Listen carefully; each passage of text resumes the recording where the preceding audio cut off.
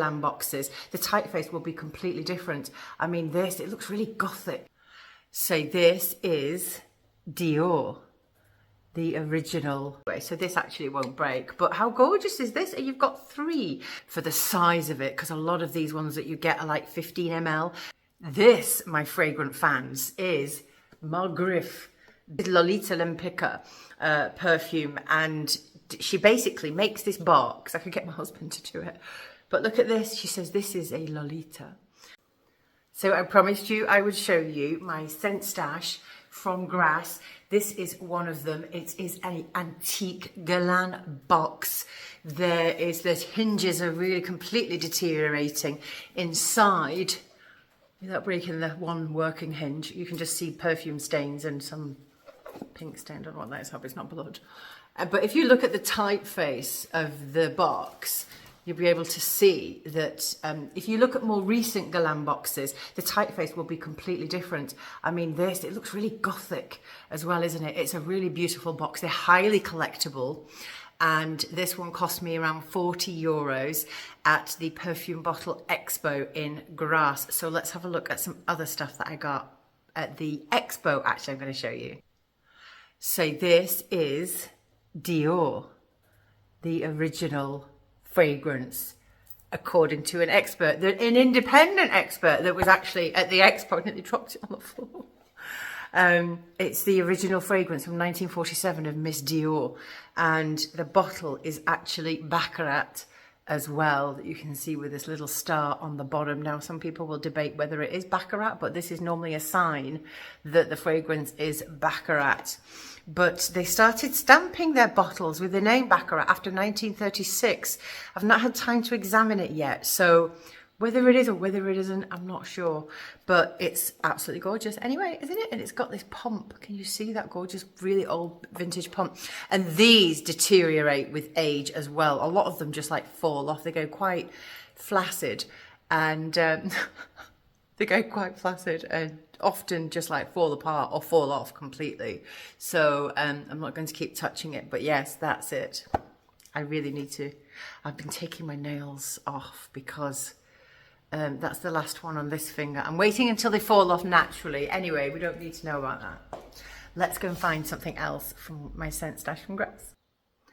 Oh, but this though, Guerlain. Yes, it's a Guerlain. What is it? It's soap. And it's sealed. It's like never been opened, and oh my goodness, it's really strong, really, really beautiful. It is Guerlain, and it's lovely. The shocking sheer price. Do you know how much this was? 4 euros. The Guerlain box was 40. Let's go and find something else. No, another Guerlain bottle? No, could it be? This is Chamard, and it's a beautiful fragrance. It's a beautiful bottle. It's so tiny.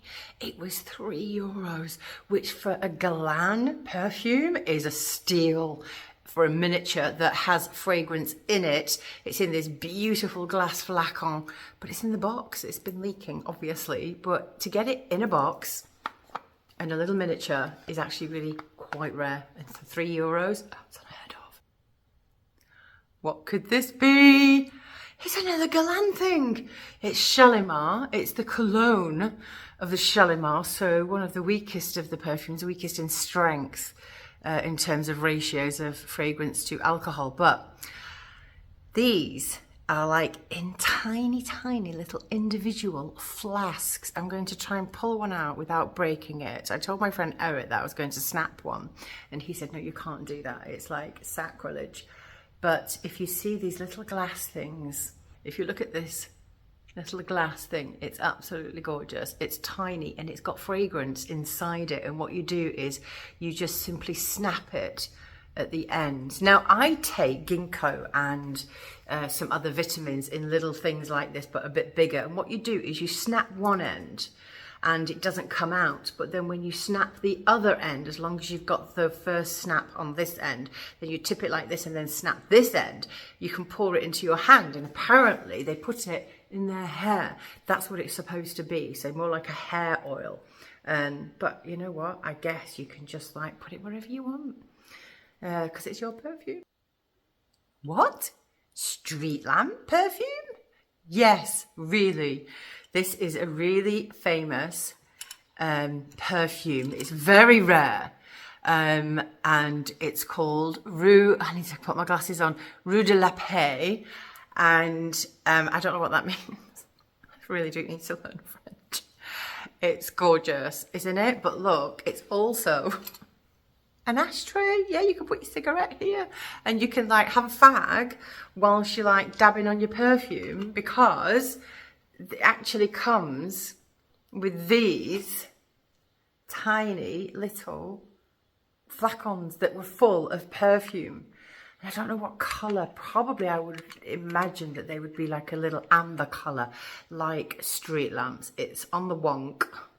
I don't want to break it, but it's metal anyway, so this actually won't break. But how gorgeous is this? And you've got 3 little flacons inside, and it's an absolutely gorgeous street lamp with an ashtray. So it could be like a, like in Jack the Ripper days where they used to have like prostitutes like on the street. Well, they still do. You could be like under the street lamp with your fag waiting for a punter. Anyway, there you go. Nothing wrong with being a prostitute. It is the oldest profession in the world, and I think it should be legalised in every country. So there you go. That is the street lamp. Let's see what else I've got, because I've not finished yet, but I'm just going to show you the fragrance bottles and things that I got from the Perfume Expo. All the other stuff that I got with the magazines and books and things like that, I will show that another time, because it's almost 2 o'clock. I'm really hungry. I've not even had breakfast, and I want to eat something and go and have a glass of champagne, because I bought, when I was in Grasse, some beautiful like rose petals and then covered in pink candy, and apparently supposed to eat it with a glass of champagne, but I can't afford champagne because I spent all my money on things like this. So I've got a bottle of Brut, which was about £1.99 in Lidl.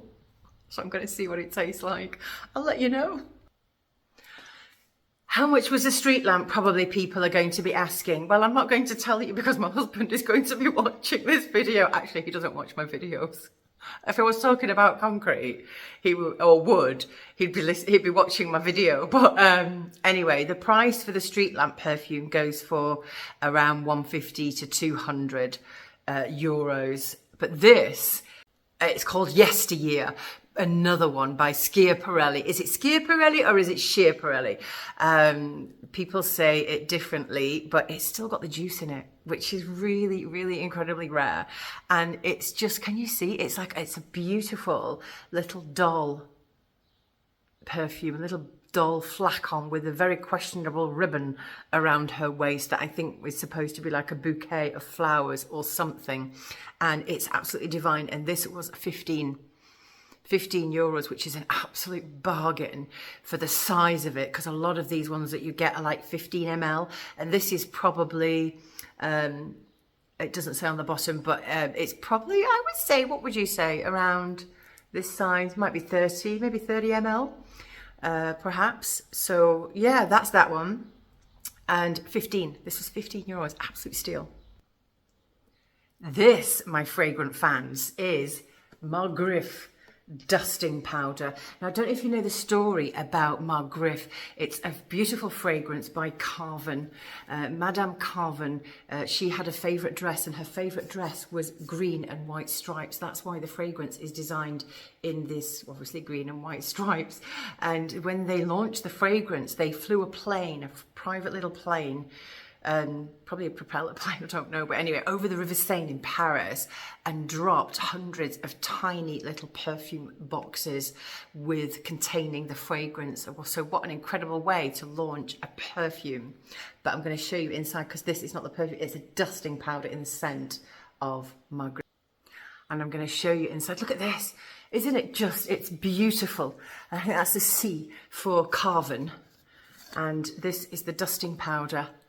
I mean, I can't imagine what kind of like chemicals are in this, because it's really old, and I wouldn't open it, and it's actually sealed. I'm not going to open it because there will be powder all over my studio. Oh, but the fragrances, do you know they just don't make fragrances like they used to? And this is why I'm not a fragrance reviewer. Lots of people have told me to do fragrance reviews of modern and new and contemporary perfumes, but I won't because I don't like them. There are no flabbergasting fragrances anymore. Nothing shocks me. Everything smells the same. I think a lot of them smell quite repugnant. I've got samples from a Italian brand just lately, and I'm going to do a video about that all together. I've only smelled 2 of them so far, but not impressed, and I was shocked by the packaging. But this, they don't make fragrances like this anymore. If you can get your hands on Margriff, the Claw, then you must, because it's exquisite. I came across an artist at the Bottle Expo in Grasse on the 2nd of June. They have it every year. This year was its 3rd edition, and they always have it around the first weekend of June. And you really must go, because it's just, if you love perfume bottles and if you love smelling the antiques and the vintage fragrances like I do, but often they have other artists as well that will have things like maybe a painter or, you know, someone that makes things with wood that's related to fragrance. And this lady here, I will do a whole video about what she does, but this is just a quick snapshot of what she does. So this is Lolita Lempica perfume, and she basically makes this box. I could get my husband to do it, but look at this. She says this is a Lolita and a beautiful rose, and she basically gets little gadgets and things and puts them together and makes art. So this is a little box and this is the lid for the box. So she's just turned the box upside down, put the perfume on top of it. This is the lid. She's put it like this, which then serves as a decoration behind the Lolita. I'm going to put a white thing behind it so that you can... Camera nearly fell off. My tripod is so shit. Anyway, I'm going to have to get my husband's Manfrotto tripod. Have a look at this now. So now you can see a little better of how it looks. And I think it's really supposed to be on a wall. It would be a lot more effective, and it would be more effective if I had more of them and not just one. So here's the other, and of course I had to get the Chanel one, and this was also one of my favorites of the stall that she has. And this little thing unfortunately fell off because I was being very rough with it in my bag, and I had a lot of stuff. So this is supposed to just like go here. I'm going to glue that back on, but they're beautifully well made. They're really well made. It's really good quality. They've got little hooks at the back where you can put them on, but that's going to be a whole other video. I think I need to buy another one. I think 3 would look really nice on my wall in my studio, and the prices for these, just 70 euros. That's all she charges for this beautiful artwork. Now, whether I think it's a new thing that she's doing, I'm going to actually interview her. And because, you know, there's no way that she's making like hardly any money on this for 70 euros. Yes, okay, the bottles, you can get them from flea markets for maybe 50 cents, €1 or something like that. But it's the work that's gone into it. She says she just looks at a perfume bottle and uses her imagination. Anyway, what else have I got to show you? I've got to show you these magazines that I got from the Perfume Expo, which is Andre. If you see my videos, I often show him on my YouTube channel, the man with 13,000 perfume bottles and soaps, jewelry, anything that's fragrance related. He's got 13,000 little artifacts. Let me go and get the magazines that I got from him. They're incredible. So I got these incredible magazines. They're really old. These were 35 euros each, but I actually got 3 of them for 80, which is actually like a gift. It's un cadeau, he said. It is. It's basically a gift, because they're going for a lot more if you look at them online. And it's about fragrances. There's a lot of advertising in there. There's a lot of incredible stuff. I'm going to do videos about these. I've just got 3 of them. He's got some others that I want to get from him as well, because I want to do a lot of research about all the old stuff and things that you can't find online. There's a lot of stuff that you can find online, but I want to do a lot of research into perfumery and materials and the region of Grasse, which brings me to my next magazine stash. Like, genuinely, I can barely carry them. There's about 30. There's about 30 magazines here. And they all look the same. And he's like, no, you have to buy all of them. I'm like, but they're all the same. Like, if you look, I've got to put them on my table, they're so heavy. So this is edition number 2. Unfortunately, I don't have the premiere edition, the first edition. This is edition number 2. This is edition number 3. This is edition 14. And it's exactly the same. And I said, but they're the same. He said, no, they're not the same. So, if we look inside, can you see there's quite a lot of advertisements. Emile Fogg, Fiji, trademark, bergamot, citron, mandarin, Portugal. I just love, listen to this sound. You hear that crinkle? Oh, you know, like narcisse. Oh, of course, I had to fall on that one, my favourite flower in the world, the narcisse. So it tells you a lot about fragrances and the raw materials, and it's all quite exclusive to Grasse. I love the sound of old paper, magazines and books, especially when they're really quite old. They've got this specific feel and sound to them. And when I was at school, I loved that sound so much. I would pour water over my books and then let them dry in the sun so that they had this crinkly sound. My school teachers weren't very happy, and neither was my mother. But then she never was any happy at all anyway. So, Le Parfum de France. Why am I saying parfum and not parfume? Because it's not parfume, it's not parfum. You don't actually say the it's actually parfum, parfum. Anyway, whatever. You can say what you want.